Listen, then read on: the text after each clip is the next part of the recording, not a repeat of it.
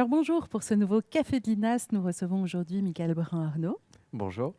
Tu es auteur et tu as aussi, on va le découvrir, un profil quelque peu atypique, en tout Mhm. cas atypique pas tellement pour la FPSE puisque tu es neuropsychologue. On va discuter un petit peu de ton parcours aujourd'hui. Je suis accompagnée par Isabelle Simoes-Loureiro qui est professeure en neuropsychologie. Et nous sommes également avec Justine Gaugue, psychologue clinicienne et chef du service de psychologie clinique. Alors je le disais, Michael, parcours atypique. On a beaucoup de chance de t'avoir aujourd'hui, à la fois écrivain à succès avec les Mémoires de la forêt, mais aussi une formation initiale de neuropsychologue pour laquelle tu as exercé. Ces deux parcours sont-ils finalement aussi différents ou est-ce que toi tu vois des points communs entre les deux? Je suis ravi d'être ici, merci. Et je vois des points communs. Je vois des points communs dans le sens où, dans la psychologie, dans la thérapie, ou comme dans la lecture d'un livre, je pense qu'il y a un cheminement. On va d'un point A vers un point B. On espère un mieux. On espère passer un temps agréable. Et moi, ce que je vois, en tout cas avec les livres, c'est que j'essaie, avec le livre, de sensibiliser, de provoquer des émotions, de libérer des émotions. Et j'aime l'idée que la littérature soit assez cathartique. Et donc en ça, le lien avec la psychologie me semble assez évident. Parfait, merci.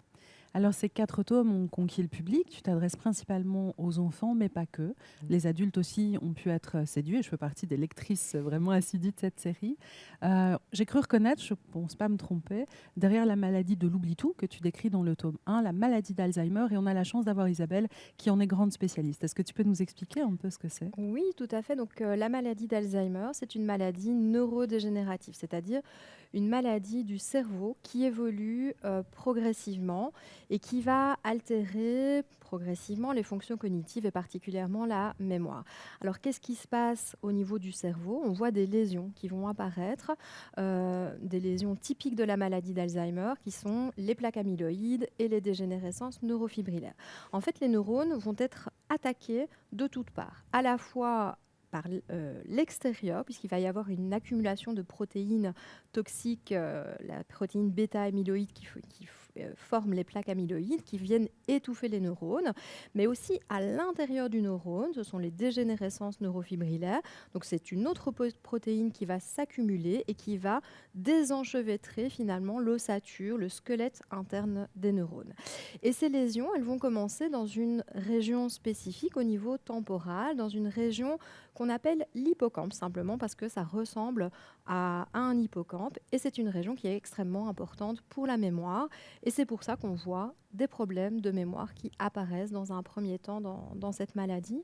Puis les lésions vont se diffuser plus largement au niveau du cerveau et on va observer des difficultés au niveau des autres fonctions cognitives, comme par exemple le langage, des difficultés à récupérer les mots. Ça peut être aussi des difficultés de raisonnement, des difficultés aussi de la réalisation des gestes au quotidien ou des activités simples comme faire une tasse de café ou plier le linge. Donc la maladie d'Alzheimer, elle va venir altérer globalement les fonctions cognitives. Elle évolue et malheureusement à ce jour, nous n'avons toujours pas de traitement pour guérir cette maladie.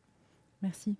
Alors, Michael, pourquoi avoir organisé le récit justement autour de cette maladie, de cette quête des souvenirs? Je pense qu'on a besoin, que ce soit dans le monde, dans notre société, d'illustrer ce qu'est la maladie pour provoquer l'empathie. Je pense qu'on avait besoin, pour nos enfants et pour nos aidants professionnels et familiaux, d'histoires. Et alors je sais que ça existait en album, je sais que ça existait pour des publics plus jeunes et peut-être plus âgés en littérature, mais je me suis dit qu'il y avait ici cette tranche un peu particulière qui est la tranche des 9-12 ans, mais qui finalement va de 9 à 99 ans, qui est une tranche assez universelle, puisque nous adultes, on lit toujours ces récits-là. Il n'y a qu'à voir le succès d'Harry Potter encore aujourd'hui. Et je me suis dit qu'il fallait illustrer deux choses, de par mes connaissances en neuropsychologie et de ma connaissance en fiction, peut-être illustrer tout premièrement le point de vue d'un malade, illustrer la désorientation, mettre des mots, des images, des endroits. Il y a un de mes chapitres où on voit le personnage principal, Ferdinand, qui a la maladie d'oubli-tout. On le voit dans une pièce assez sombre avec quelques portes qui s'ouvrent et se referment, les portes du souvenir. Et je pense que c'était important d'essayer de trouver des métaphores qui vont parler aux enfants et leur donner une compréhension de cette maladie-là. Et ensuite, il y avait un deuxième rôle qui semblait pour moi très important à expliquer, c'est celui de l'aidant. Le rôle de l'aidant familial ou professionnel, mais en tout cas, celui-là est représenté par le personnage d'Archibald de Renard. Et ce renard va faire parfois va avoir de bonnes décisions, va avoir de bonnes actions. Parfois, il va se tromper parce qu'il n'y a pas de réponse toute faite, toute prête lorsque quelqu'un a des troubles du comportement liés à sa maladie. Et ça va illustrer les bons comme les mauvais moments. Mais c'est vraiment, on illustre moi avec les mots, l'illustratrice avec les images, mais il y a cette envie de montrer ce que c'est et de le faire avec la fiction, de le faire avec une aventure, d'apprendre sans avoir l'impression d'apprendre. Pour moi, c'est aussi important. On a des grands amoureux parmi les enfants et les adultes de documentaires, mais on a aussi des grands effrayés des recherches universitaires. Et je me dis qu'un objet de fiction, le livre est l'objet vraiment parfait pour illustrer cette maladie. Tout à fait. C'est vrai que les neuropsychologues ont pour habitude, quand on travaille auprès des patients atteints de maladie d'Alzheimer, de se préoccuper essentiellement des personnes qui sont atteintes de la maladie, mais il y a aussi, comme vous le dites, les aidants qui peuvent être les aidants familiaux, mais c'est aussi les aidants professionnels. Comment vous voyez votre livre Est-ce que celui-ci peut constituer une aide pour ces aidants professionnels et ou familiaux?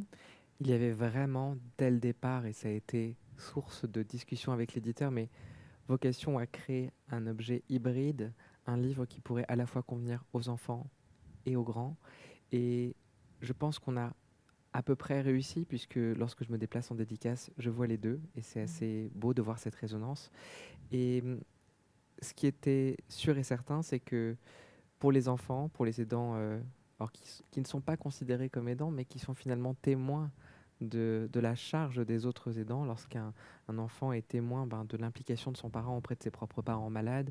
Et c'était important pour moi de créer ce livre qui pourrait être pour eux un outil de compréhension, d'empathie de cette maman qui est un peu plus absente, un peu plus inquiète, parce que les enfants sont des éponges, les éponges des émotions des adultes, et parfois on peut avoir tendance à l'oublier dans des situations de stress ou d'angoisse ou de fardeau familial lié à la maladie. Et pour les aidants professionnels, oui, moi je viens de France, et en France, nos aides-soignants, ceux qui sont plus proches des malades, ont une formation, pour avoir discuté avec eux, qui est de quelques heures, et même moins que ça, sur la maladie neurodégénérative. Et en fait, aujourd'hui, il y a des formations complémentaires qu'on appelle la formation ASG, qui va ramener des connaissances supplémentaires sur les maladies neuroévolutives, sur l'accompagnement des troubles du comportement. Mais on avait des professionnels qui sont, et un grand nombre de professionnels sont auprès de patientèles âgées sans grande connaissance de l'accompagnement des troubles neuroévolutifs. Et donc je me suis dit, si ce livre peut, parce que j'ai fait partie d'un service, j'ai été aussi formateur, si ce livre peut être posé sur la table d'une réunion pluridisciplinaire, s'il peut être attrapé comme un objet de fiction, mais aussi d'éducation et d'aide, j'en serais vraiment ravie. Tout à fait. Et Justine, est-ce qu'en psychologie clinique, on utilise des médias, comme par exemple des livres? De quelle façon et pourquoi on le fait? Alors, très certainement en clinique de l'enfance. C'est un outil qu'on utilise vraiment très régulièrement, sans doute avec quelque chose d'assez proche de la réponse que Michael vient de formuler. À la fois une première destination, celle de la psychoéducation. On a des livres qui permettent d'apprendre, de transmettre de l'information. Ça peut être très intéressant quand la situation est nouvelle, anxiogène pour l'enfant.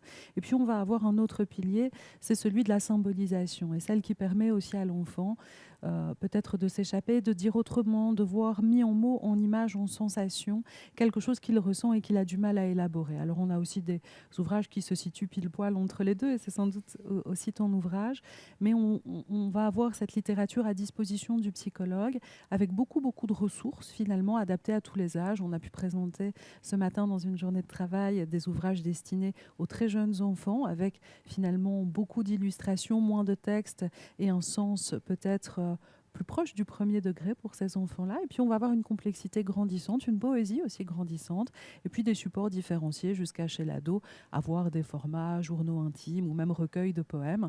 Et c'est une grande richesse pour les cliniciens de pouvoir s'appuyer sur ça. Oui.